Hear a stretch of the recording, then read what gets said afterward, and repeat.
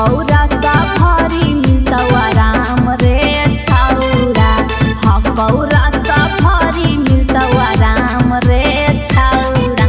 अरे बेचे अलियौ ले ले मालदह आम रे छौरा, अरे बेचे अलियौ ले ले मालदह आम रे छौरा।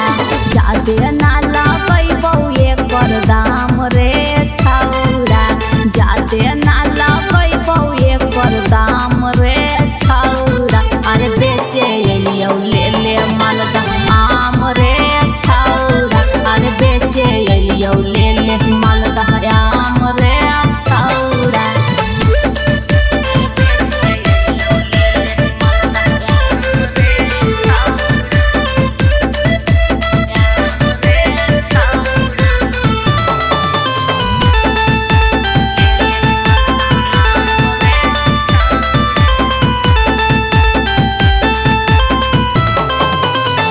एक बेरा खैनी छौरा हो जैमी आबाद रे, होबे ना देबौ तोर पैसा बर्बाद रे। एक बेरा खैनी छौरा हो जैमी आबाद रे, होबे ना देबौ तोर पैसा बर्बाद रे। जादे नहीं करबौ काम झाम रे छौरा, जादे नहीं करबौ काम झाम रे छौरा।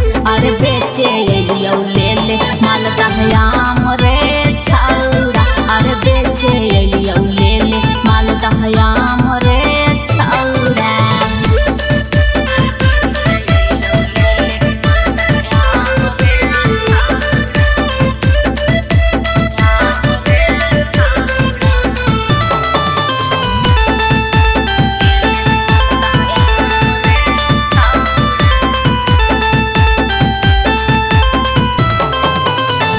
राजा रौशन मा जादे करना मोल जोल रे, लेबे के मन हौ त जल्दी से बोल रे।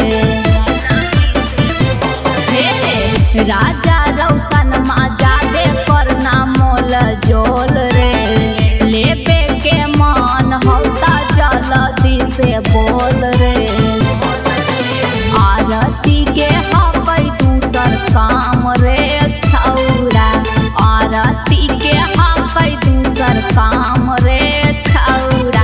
अरे बेचे अलियौ ले ले मालदह आम रे छौरा, अरे बेचे अलियौ ले ले मालदह आम रे छौरा। ले मत लेना तो चल लियो।